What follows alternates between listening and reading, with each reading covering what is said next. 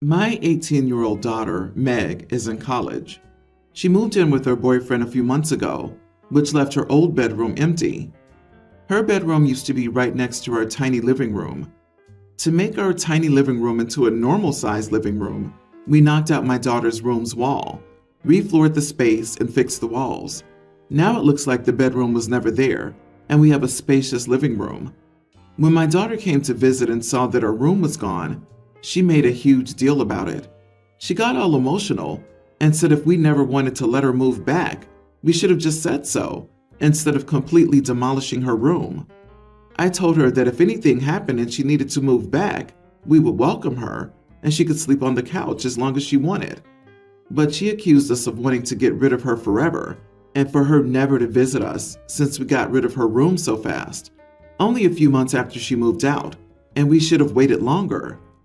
Am I the idiot for not waiting longer with the renovation? Edit. It's quite a small house and we don't have a guest room. Daughter only moved an hour away. She also took her bed with her, so she couldn't have slept over anyway. We talked about converting her room into an office or guest room before, so she packed up all her stuff before she moved out, and we didn't have anything to go through. So she knew we had plans with her room and was okay with that. We just didn't notify her when the plans changed into knocking out the wall. You are the idiot. I mean, you just bulldozed your daughter's childhood safe space. How did you think that would go? Is it that hard to talk with your kid before doing something drastic? Not even a warning? That's cold. Moving out for college is a major life change that is really hard to adjust to, and taking away her one space of familiarity without at least talking to her first was wrong. And no, the couch is not an adequate replacement for her room being gone, if that needed clarification. Is it your house? Sure. But when college kids say they're going to visit their parents, they say they're going home. And you took a part of that, her safe space that she grew up in, without so much as a heads up. So just because you can, doesn't mean you're not an idiot if you do. I mean, I'm 40, and I still say I'm going home for the holidays. Yeah, if I came home one day and my room was straight up demolished, and I wasn't even expecting it, I'd be a bit crushed and feel unwanted too. This is so bizarre to me. A renovation like this doesn't happen overnight. How did the parents never mention it to the daughter? I imagine the daughter didn't clear out everything she ever owned when she moved out. What happened to her stuff? Why wasn't there a conversation about where to store her belongings or what to do with them? They probably got tossed out unceremoniously, contributing to the daughter's feeling that she's been discarded. Why do I feel this is punishment for moving in with her boyfriend at 18? I think what's very prominent is that OP says she can sleep on the couch as long as she likes. Not a bed, not a guest room, or an area for privacy. The couch. OP made it very clear that OP regards the daughter as a temporary guest, not even worthy of a proper sleeping arrangement. Also, you may have devalued your home. A 3-bedroom house with a small living room is worth more than a 2-bedroom house with a large one. It is exactly what it is. Pro tip to OP: treating your 18-year-old like they're no longer part of the family and a guest in their childhood house is one of the many reasons young folks in toxic relationships stay with their toxic partner. They have nowhere to go. No family to ask for help, no support network. That's exactly what it is, and OP is a terrible parent. I, 25 female, have a friend called Morgan, 27 female. Morgan and I have been drifting apart recently due to our differing opinions about how she handled a situation at our other friend's, 25 female, Lucy, wedding in 2019. Lucy had asked Morgan to make some desserts and sweet treats for the reception, and she agreed. This was the only food that was going to be at the reception, other than cocktail sandwiches. They agreed on the price, £3,000, because Lucy and her partner were solely paying for the wedding when they organized this. About 7 months before the wedding, Lucy's parents offered to pay for the remaining fees, which they took up. This meant that there was more money to pay Morgan for the food she was making. This is how it looked on paper, but in reality, the money was swallowed up quickly by other fees and whatnot. Morgan found out about the extra money at the wedding and tried to ask Lucy for more, but Lucy refused because she literally didn't have it. Morgan wanted 7,000 pounds now instead of 3,000, so she took all the baked goods and put them back in her truck, so no one had anything to eat for most of the reception. Lucy was obviously having a breakdown, and her partner and the families of the married couple, all of our friend group, were trying to convince her to bring the food back in, but she refused. Luckily, some people ordered a ton of pizzas, burgers, milkshakes, etc. The wedding was saved, but it caused so much unnecessary stress. I've sort of stopped talking to Morgan. Still, she's vaguely in the friend group because she's loosely related to Lucy. She's been trying to get over it because they see each other at family gatherings. Anyway, I announced my engagement in December, and we're getting married in August 2023. Everyone but Morgan is invited. I'm not trying to be a witch. Still, she's shown herself to be very vindictive and calculated in her malicious actions since this whole wedding debacle, and the last thing I want is for her to kick off. We have a separate group chat that Morgan's not in, but she knows I'm getting married and is upset that she's not involved. She called me and asked why I didn't invite her. I told her that 1, we're not friends. Even before Lucy's wedding, we were more acquaintances, and 2, her behavior at and after Lucy's wedding has made me doubt her maturity, and I want my day to be special. I know I can't prevent everything from happening at my wedding, but if I can remove one factor, someone known for being argumentative and vindictive, for my own anxiety, then fine. Now she's trying to convince Lucy to convince me to let her come. Morgan is super upset with my fiance and me. Am I the idiot?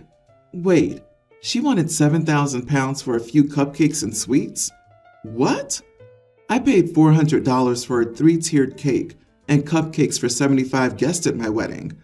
7,000 pounds pays for all of your food and an extravagant cake for 50, plus from professional caterers and bakers. So Lucy was paying $3,000 for something only worth a few hundred. Morgan is completely delusional. I don't know why Lucy would even put up with her presence, let alone talk to her. Increasing your price with ample notice is an idiot move. Doing it on the wedding day means I can no longer respect or be associated with you. I hope they get their money back, considering Morgan took her food back when an attempt at extorting Lucy for money failed. I wouldn't have allowed Morgan to remain a part of my friend group unless she took full accountability for the insane stunt she pulled. Not the idiot, OP. Best to remove toxic elements from your life. If Morgan goes no contact with you after this, then good riddance. Her audacity in trying to use Lucy, her victim, to convince you shows she's not sorry for her actions at all and might throw a tantrum at your wedding just as revenge for not being invited initially. Stand your ground. What Morgan did was petty and an idiot move. She was there, the stuff was made, and it screwed everyone. But it sounds to me like Lucy basically said, "Can you please do this as a favor to me? I only have 3,000 pounds to spend on food, and there's no way I can afford to feed everyone for that in any other way."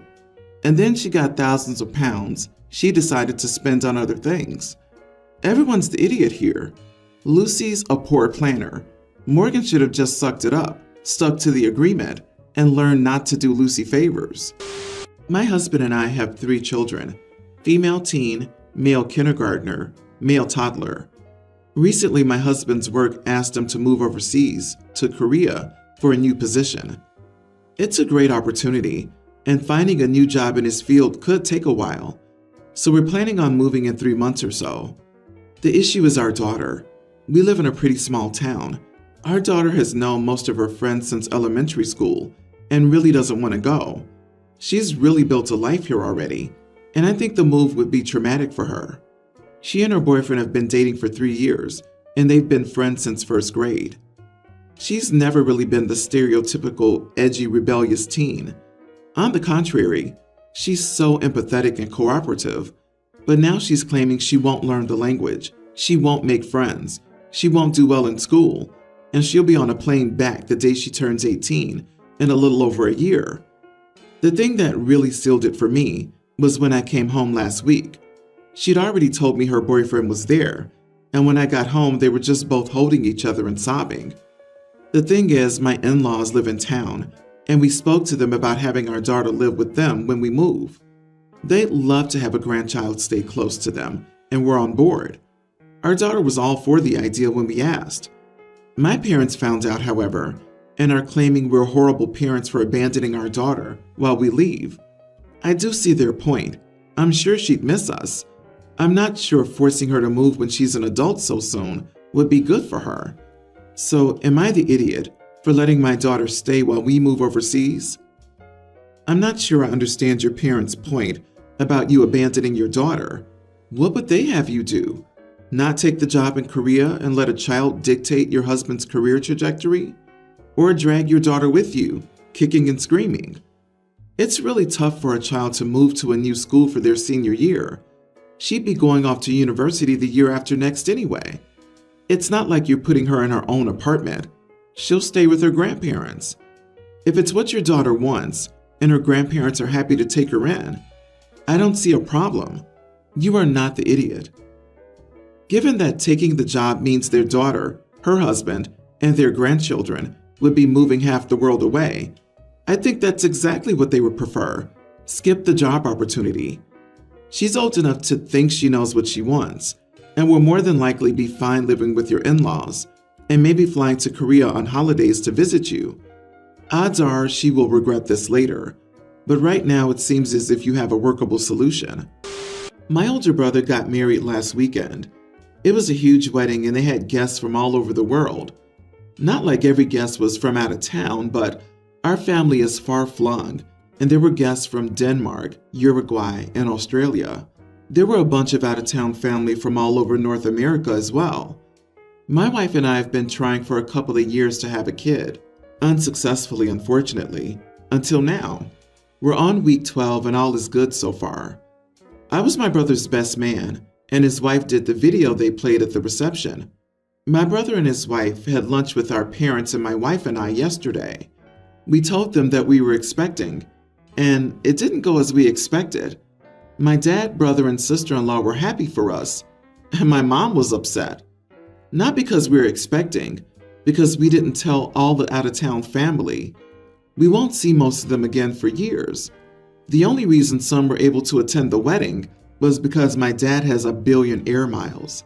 So my mom said that we should have let everyone know, so that they could be part of our good news. My brother thanked me for not overshadowing his wedding. My sister-in-law called me last night to thank me because she doesn't want to start crap with my mom.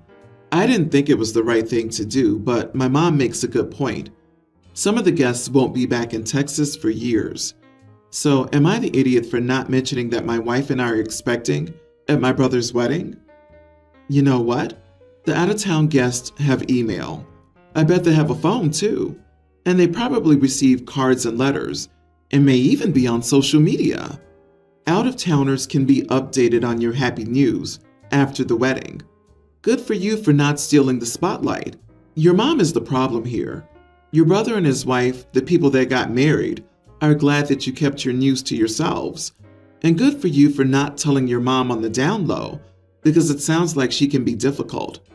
Take this as a lesson that you can never please everybody, but you can try to do the right thing. You are not the idiot. I've heard rumors that postal services are still in operation in countries like Denmark, Uruguay, and Australia, so a short handwritten announcement might possibly still arrive prior to the birth. The bride and groom thanked you for allowing them to have their day, which is what matters. As for your family, thanks to modern technology, they can text, call, or video chat to say congrats. Your mom is so difficult. We won't see most of them again for years. Ask your mom if she thinks these relatives would really care if they learned your good news at the wedding or on Facebook. I would be thrilled for you either way. For some reason, your mom would rather have talked about going to be a grandma at her son's wedding than celebrating the bridal couple. Wanna bet OP is mom's favorite child? Jeebus, you can't win when it comes to weddings, can you? If you had announced at the wedding, the bride would have flipped and said that you stole her joy, blah blah blah. Will this be the first grandbaby? Mom sounds like she wanted more than mother of the groom's attention. Maybe she wanted to be giving grandma attention and congrats. Be careful with your mom going forward. If she can discard the best interest of your brother and sister-in-law, she might be an overbearing grandma. Last weekend, my mom and younger brother, Tween, visited my wife and me. One of my sisters also lives in the same city as my wife's parents. On Saturday, my wife invited my mom, brother, sister, and my wife's parents to a dinner/get-together at our home, as our parents haven't seen each other since our son was born several years ago. I didn't like the idea, but my wife was set on it. Our parents have never really gotten along. My in-laws are wealthy, whereas my mom has always been poor, and my brother and I help support her now. At 51, my mom is also young compared to them, 70 plus. In the past, my in-laws have said some things about my mom that have upset me, but I've tried not to let it bother me. The night started badly when my wife asked my mom about her boyfriend, and her dad started asking her questions about him. Why didn't she invite him? What's his job? But then getting more invasive and essentially implied that single moms shouldn't date and made a suggestive remark about her kids having different dads. I was already irate at this point, but my wife was able to deflect the conversation. Throughout the night, they continued to make negative remarks that were directed at my mom. Even when my mother-in-law congratulated my sister about getting into law school, she used it to backhand my mom by saying how impressive it was, considering where she came from. Mother-in-law also kept trying to police how my mom interacted with my son. A couple of times she told my mom off for how he was playing with my mom, despite the fact I was right there if he needed any disciplining. I could see my mom was getting upset, and because she was staying with us, she couldn't even leave. Finally, I was able to talk to her privately and asked if she was all right. She said she was fine, but seemed very distressed. My mom has a history of mental illness and an anxiety disorder, often leading her to struggling in social situations. My mom silently went to our spare room without saying anything to anybody else. I asked my in-laws to leave politely and explained that I wouldn't tolerate them speaking to my mom the way they had that night. My wife and father-in-law tried to talk to me about it, but I told them I didn't want to discuss it right now. I just wanted them to leave. I didn't want to talk because I was already very angry, and I didn't want to lose my temper. After they left, my wife and I started arguing. She tried to downplay how our parents treated my mom and made it seem like I was reading too much into their words. She also argued that even if I wanted her parents to leave, I should have discussed it with her first, ignoring the fact I couldn't have done that without extracting her from a conversation with everyone, and I was disrespecting her by not getting her permission. She now thinks I'm mistreating her family when it was her parents that wouldn't stop disparaging my mom, and I know she noticed because she kept trying to intervene. Am I the idiot for kicking them out? You're not the idiot. If your wife didn't think her parents were doing anything wrong, why was she changing the subject or the direction of the conversation when they were insulting your mother? There's no need to deflect conversation if nothing's wrong with what's being said. OP, it would have been nice if your wife stood up to her parents too. Good point. What does she want you to do other than let them trash your mom? And you stand there like you don't care about your mom. Tell her that if the shoe was on the other foot, you would not tolerate your mom insulting them. So why does she seem okay with it? Then ask her if she's going to address this with her parents. Can she say something to get them to understand that what they're doing is wrong? Because it honestly seems like your wife knows who her parents are, but doesn't care enough to stop them from being cruel when it's directed at your mom. Your wife not seeing the harm her parents were doing to your mom is disgusting. Minimizing the pain they put her through is the same as agreeing with what they're saying. Snobs will never see that they're in the wrong. They'll always put others down in subtle and not so subtle ways and blame it on the upbringing and class. They blame your behavior on your upbringing by a single mother. They're cruel and callous, and they raise their daughter to be the same way.